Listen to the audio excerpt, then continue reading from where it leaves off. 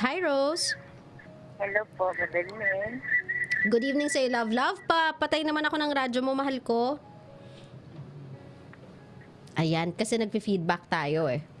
Apa. Ayan. Tapos palakas ako ng bonte. Palakas ako ng boses ng konti. Okay? Apa. Sige. Mahal ko. Ayan. Tara na, mag-usap na tayong dalawa. Ano bang maipaglilingkod ko sa'yo, love? At nagpatawag po sa usapang LDR. Meron po akong asawa. Okay. Love, nakabukas pa rin yung ano mo, ha? Nakabukas pa rin yung radyo mo. Nag-feedback po tayo. I know na nakabukas pa siya. Apa. Oo. Tapos palakas ako ng boses ng konti, love. As in, Apa. let's go. Okay. Meron po akong asawa dati. Apat yung anak ko. Lakas ng konti, love. Lakas ng konti. Almost nothing na po yung naririnig ko.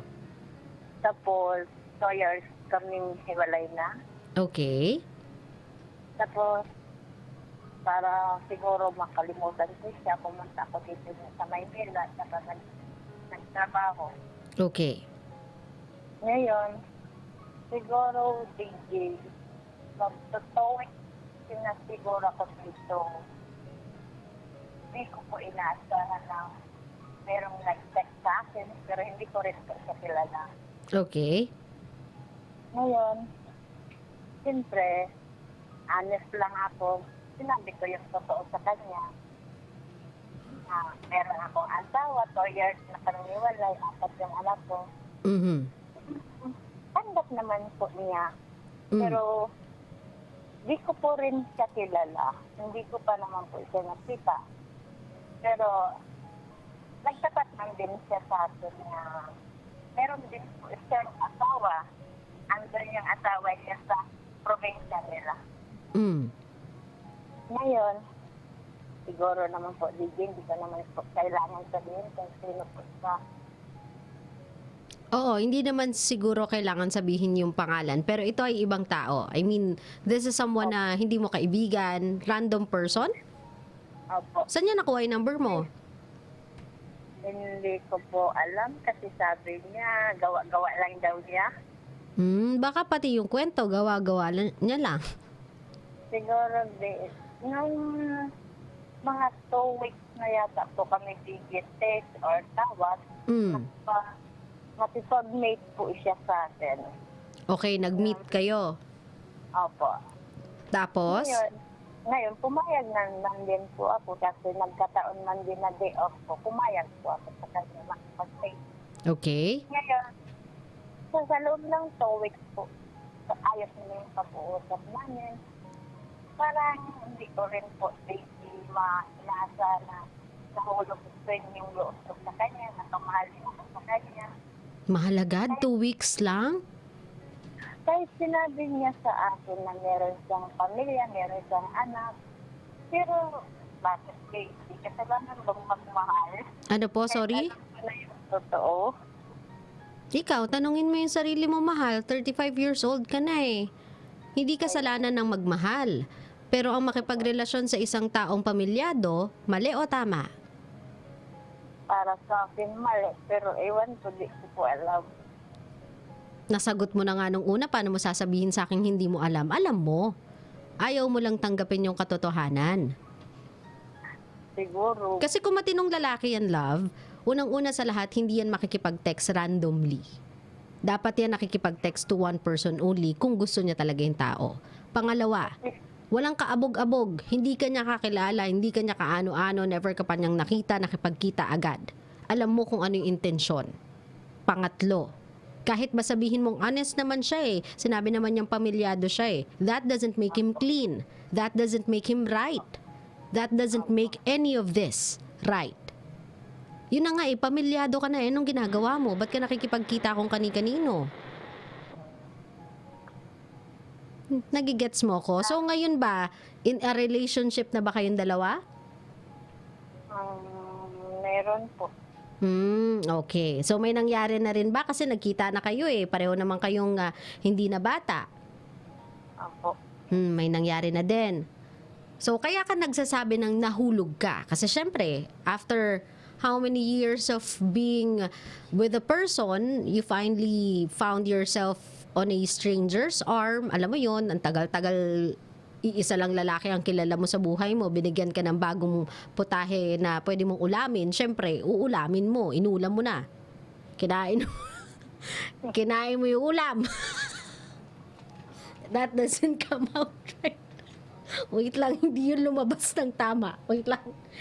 Tapos, so ngayon, magka-text kayo. Opo, DJ. Magkapit kami. Patuloy pa rin. Pero,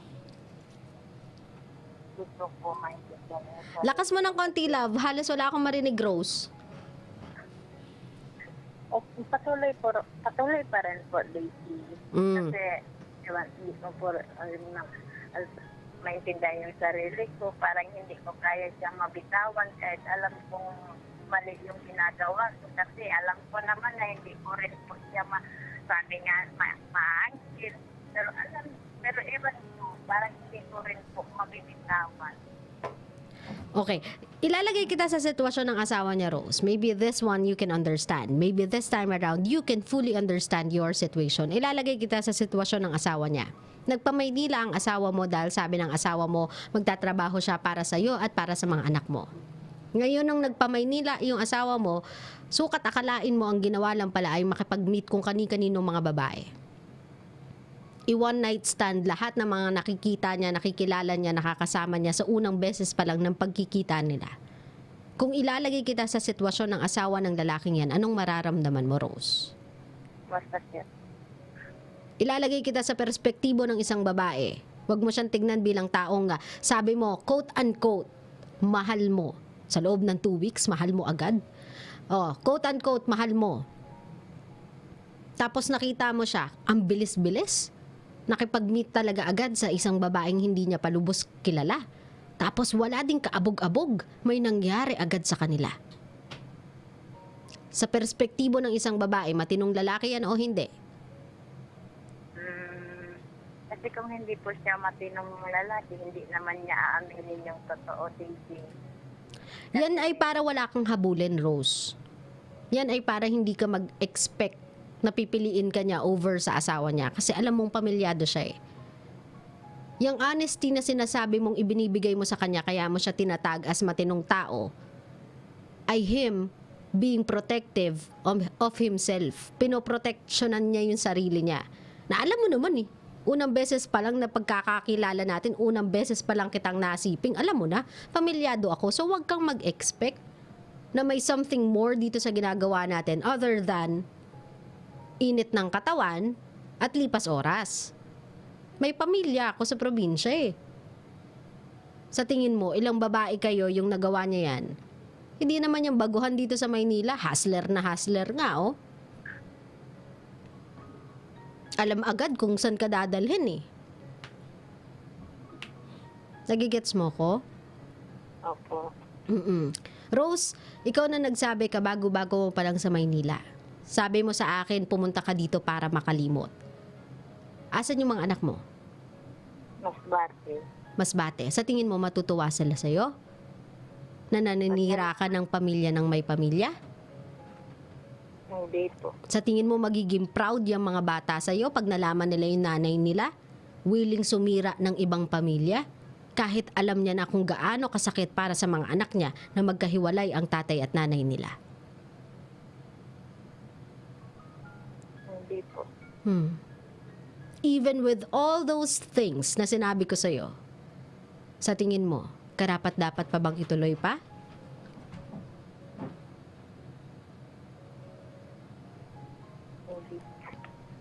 Alam mo na yung sagot sa tanong mo, Rose eh. So sana gumising ka na, love. Hindi ko alam kung hanggang kailan ka magpapakahibang. Hindi ko din alam kung hanggang kailan mo gustong gusto yung putahin na yan. Hindi ko alam kung hanggang kailan. Kasi I'm sure even if ibaba ko to, ganun ka pa din eh. Iko-continue mo pa rin yan, ididiretso mo pa din eh. Pero I just hope you know na hindi lang pamilya niya yung sinisira mo. Sinisira mo din yung tingin sa'yo ng mga anak mo. Sisirain mo din yung mga pangalan nila dahil sa ginagawa mo. Kasi kapag nalaman yan sa inyo, yung ginagawa mo, I'm sure that wife won't give his husband up without a fight. Lalaban yan, love. And I will make sure, and I guarantee you, na kapag umabot yan sa asawa niya, yung mga anak mo, sigurado ako madadamay sa storya. At doon sa lugar ninyo, alam mo naman kung gaano kaliit lang ang mga probinsya, mahal. Tama? Alam mo kung paano gumapang ang istorya sa loob ng isang barangay o baryo sa probinsya. Tama? Opo. Magiging kaokyabit ng pangalan nila ang salitang ang nanay nila ay kabit. Habang buhay nila yun pagdudusahan. Habang buhay silang pag-uusapan. Gusto mo yon? Hindi po. So, mahal, hindi mo na siguro kailangan itanong sa akin kung bibitawan mo pa ba yan or itutuloy mo na. Ang sagot ko ay bitawan mo na, love. Sabi ko nga sa iyo, Rose, bagong salta ka lang sa Maynila. As in, you wouldn't want this to be your last. Kasi kung saan ka man nagtatrabaho ngayon, mahal, pwede yung madamay. Kasi pwede kang ireklamo nung asawa, nung lalaking kinakalaguyo mo. Naintindihan mo ako, mahal? Opo.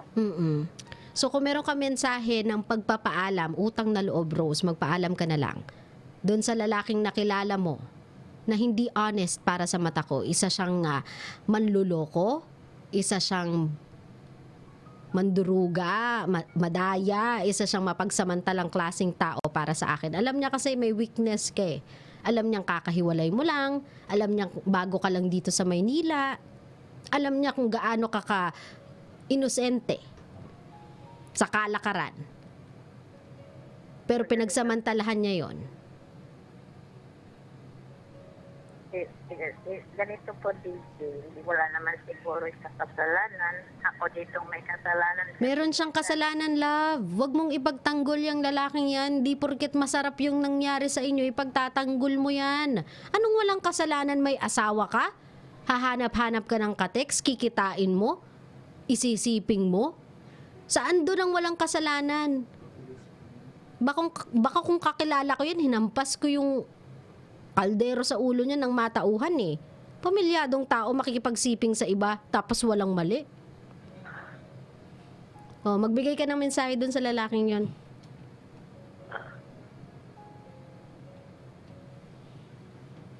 Rose, Po, anong mensahe mo kay kuya? Mag-goodbye ka na.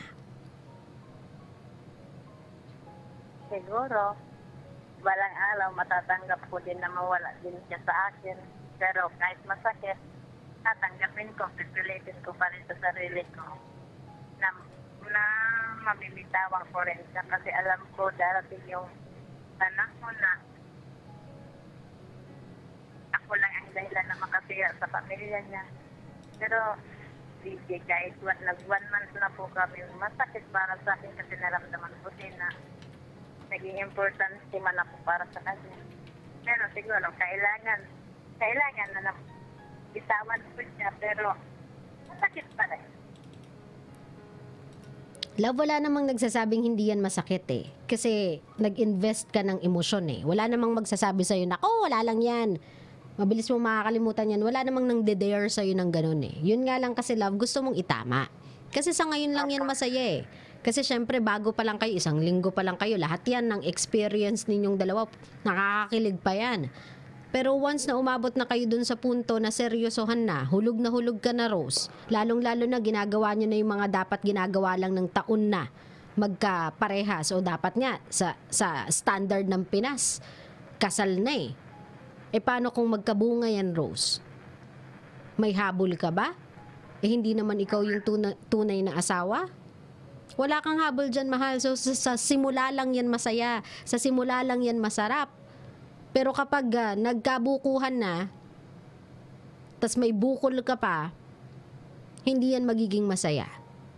Kasi andito ka na nga sa Maynila, mag-isa ka na nga lang, move on ka sana, nadali ka pa. Naintindihan mo ako, mahal? Opo. I'm just looking after you, love. There's a lot of opportunity for you here sa Manila in order to help you and your kids. Do not waste it sa pakikipag relasyon sa isang taong may pamilya na back home. That's not something you would want for yourself nor for your kids. Naiintindihan mo ako, mahal ko? Opo. Marami namang matinong lalaki sa Maynila. Huwag ka nang pumatol dun sa hindi. Okay? Opo. Maraming salamat for calling my show, Rose. Ingat ka lagi, mahal ko. Okay. Goodbye. Kabisyo, walang matinong lalaki ang makikipagkita to random girls na itinipe niya lang daw randomly sa cellphone yung number.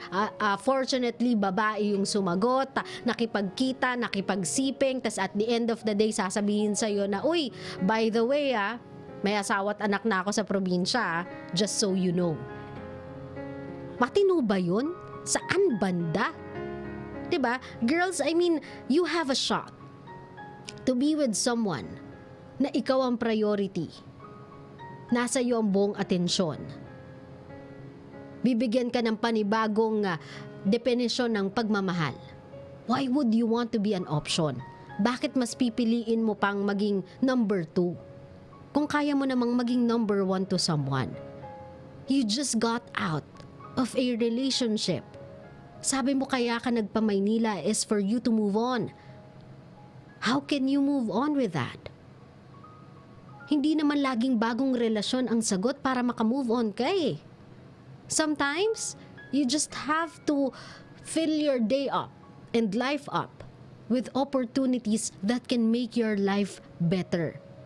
Kasi kapag gumanda-ganda yung buhay mo, malay mo, mas matitinong lalaki yung makilala mo. Huwag kayong magmadali na pumasok sa isang relasyon just because you got out from a toxic relationship. Kasi kamukat-mukat mo, you'll end up with another one. Kakamadali mo. Take time to heal. Magbigay kayo ng panahon sa mga sarili ninyo para mahilom yung sugat. Huwag niyong madaliin yung proseso ng pag-move on. There's a reason why it's a process. So do not rush. Okay?